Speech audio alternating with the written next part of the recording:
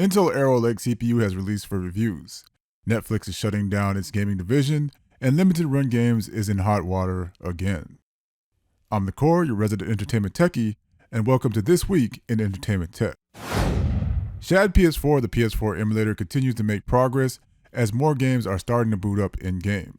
One of the more notable titles that was shown is Drive Club, a racing game that was removed from the PlayStation Store back in 2019. Gravity Rush Remastered is now considered to be mostly playable, and the developer has confirmed that a new version is coming soon. Currently, version 0.3.0 and an early build of the emulator is now available for download. Flying Head, developer of the popular Dreamcast emulator Flycast, has officially released an update. The latest version of Flycast now supports retro achievements, adds force feedback support for certain arcade games, and also has several game fixes as well. Flycast is currently available on Windows, Android, and macOS operating systems. Play, a PS2 emulator, has recently released a new version available for download on the official website. As of this writing, Play has confirmed that 44.52% of the PlayStation 2 catalog is playable. Play is available on Android OS, iOS, macOS, Windows, Unix, and web browser platforms. Xenia Manager, a front end for Xenia the Xbox 360 emulator, has released a new experimental version. The latest update has added a download option for Mousehook, a fork of Xenia Canary that supports keyboard and mouse functionality for certain games. The Internet Archive is finally back up after being down for almost a week. 2 weeks ago, the Internet Archive experienced a data breach followed by a DDoS attack days later. The Internet Archive is home to thousands of multimedia created content, which include emulator releases and video game ROM archives. It would seem that the fight for game preservation has once again hit a bump in the road as the U.S. Copyright Office has denied a DMCA exemption, which would allow researchers to remotely access games through the use of emulation legally. Despite the Video Game History Foundation releasing a study that found 87% of games released prior to 2010 are basically unattainable through regular means, this did nothing to sway the office, who cited comments from the Entertainment Software Association in regards to using this method for game preservation. The biggest argument made against using emulation through remote access is that it would essentially expand the scope of those who would be eligible to access the emulation, and that it could potentially allow the public to gain access for regular recreation rather than research or educational purposes, leading to substantial harm to the current market for games. The Video Game History Foundation says they are not giving up and will continue to lobby for rights in regards to game preservation through the use of emulation. A ROM hack for the first Mega Man Nintendo game is now available. Mega Man 1 Law of Justice features new levels, new music, new weapons, new bosses, and so much more. The hack is available for download at romhackplaza.org. In our main news this week, Intel Arrow Lake CPUs are now available, and with that, the review ban has been lifted and the results are in. PC benchmarking channel Hardware Unboxed has reviewed both the Core Ultra 9 285K and the Core Ultra 7 265K. Starting with the Core Ultra 9 285K, in the 14-game average, the high-end CPU came out to be 5% slower than the 14900K, though the 285K did beat the 14900K by 32% when it came to power consumption. The mid-range CPU was also tested with a 14-game average, revealing that it was 8% slower than the 14700K. In terms of performance, when compared against the Ryzen CPUs, the high-end 285K managed to surpass most of the Ryzen 7000 and the 9900 series CPU, with the exceptions being the 9700X, the 9950X, 7900X3D, 7950X3D, and the 7800X3D. As for the mid-range 265K, when compared to Ryzen, it was essentially below all the mid-range offerings. Tech Power has also tested the Arrow Lake CPUs with one game, using RPSC3, the PlayStation 3 emulator, and Ryujinx, the Switch emulator, and with both cases, the previous series of CPUs are slightly outperforming them. AMD has teased their new series of X3D processors, announcing that they are set to arrive next month on November 7th. Currently, there is speculation that these processors may not give gamers the boost they are looking for, with rumors hinting that the latest series of CPUs will be much better at productivity and creative workloads.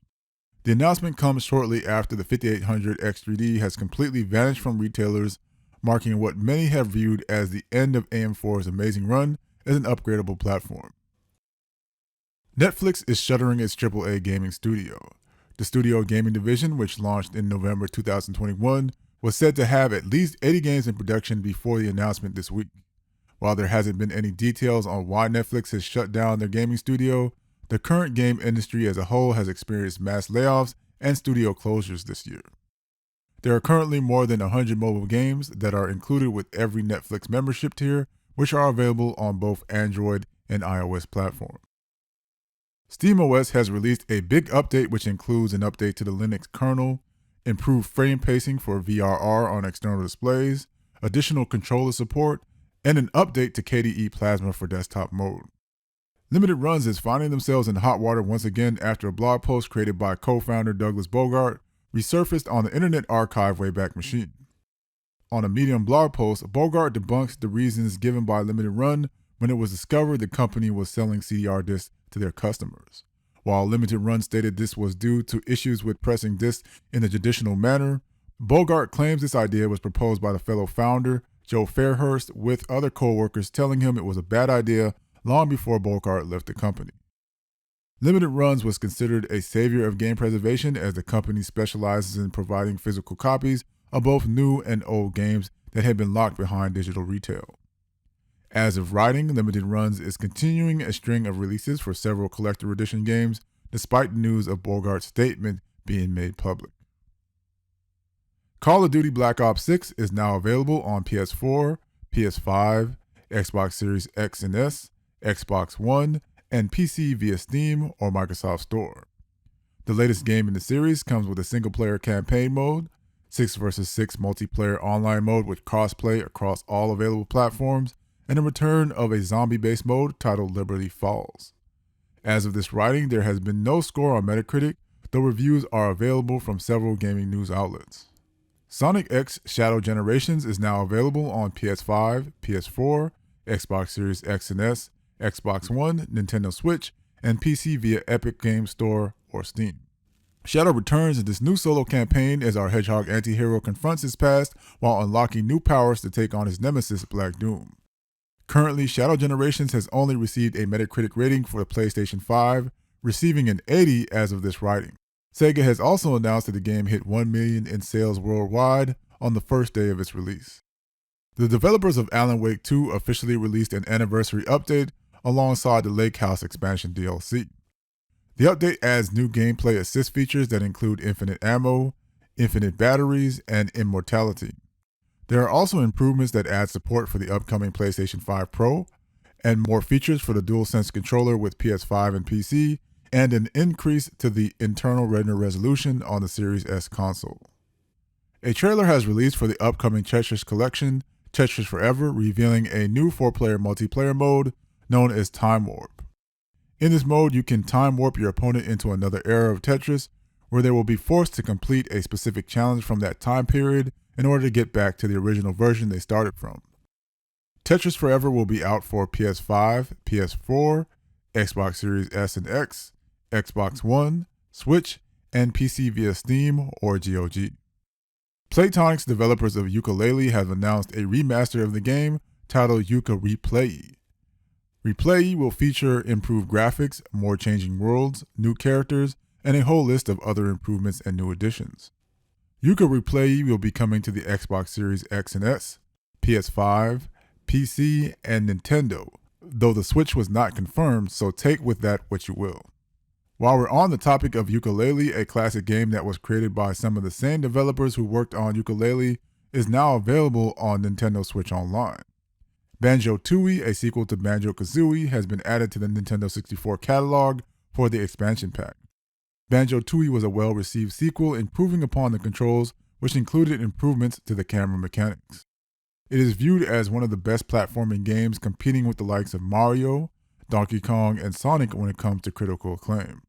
A remake of Romancing Saga 2 titled Revenge of the Seven is now available on the Nintendo Switch, PC via Steam, PS5, and PS4. Considered the best game of the Saga series, Romancing Saga 2 released back in 1993 for the Super Famicom.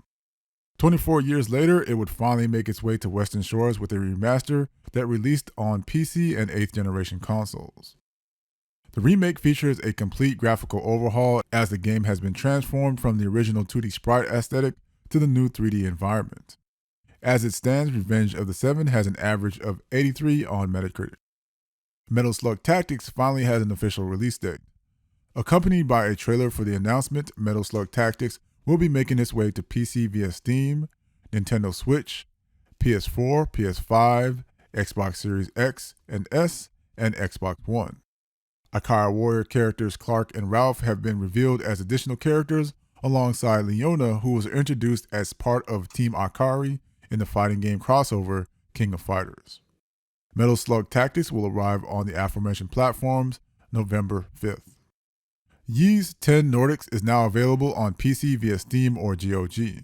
Originally released on console last year, the PC version of Ys 10 Nordics offers ultra-wide monitor support alongside additional draw distance and anti-aliasing options.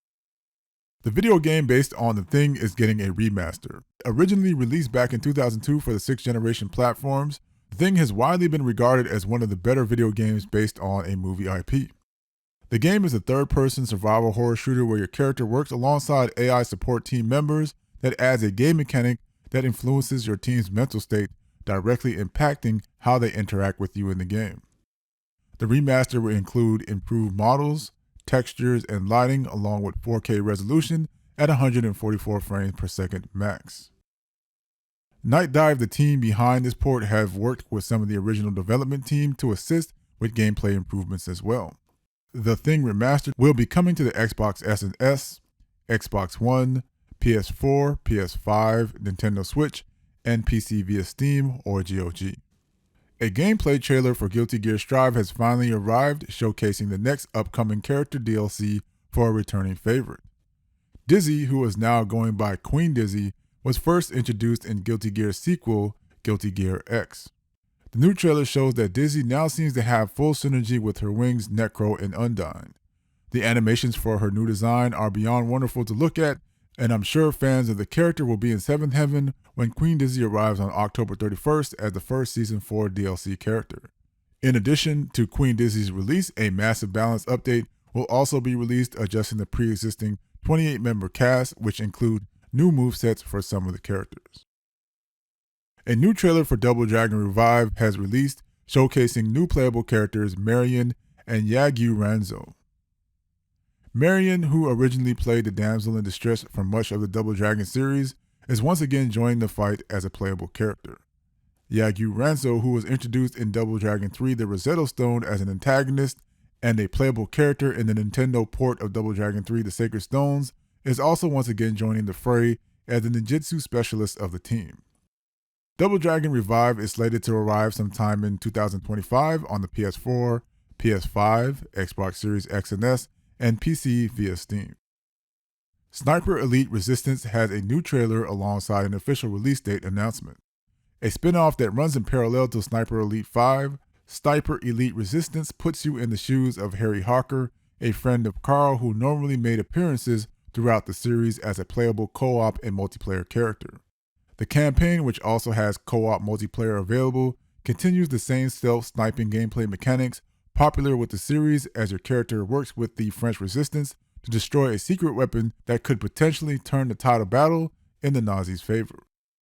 Sniper Elite Resistance will arrive on PS4, PS5, Xbox Series S and X, Xbox One, and PC via Microsoft Store, Epic Game Store, or Steam.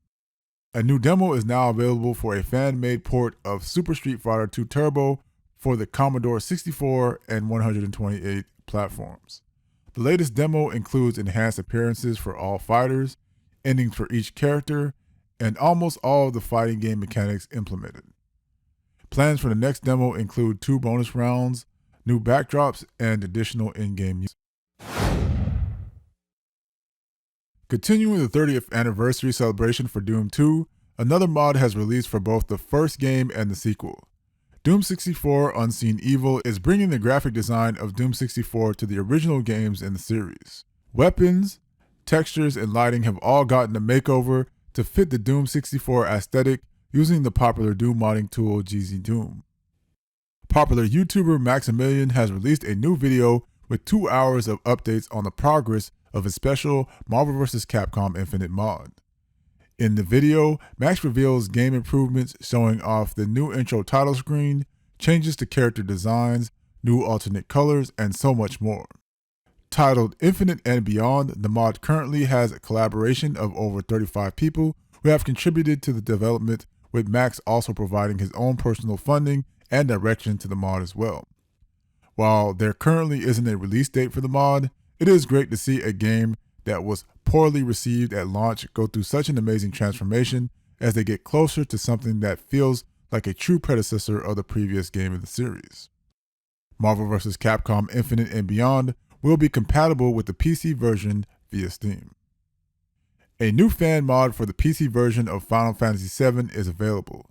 Developed by Shinra Electric Power Company Archaeology Department, the Shinra Archaeology Cut is a full retranslation of the game that aims to come close as possible to that of the original Japanese script. The latest mod is also compatible with the 7th Heaven mod manager. Well, that is all the news I have for you this week. If you enjoyed this week's news, please make sure to give the video a like, and if you're new to the channel and want to see more coverage of this type of news in the future, consider subscribing. For now, this is Decor, your entertainment techie, signing out.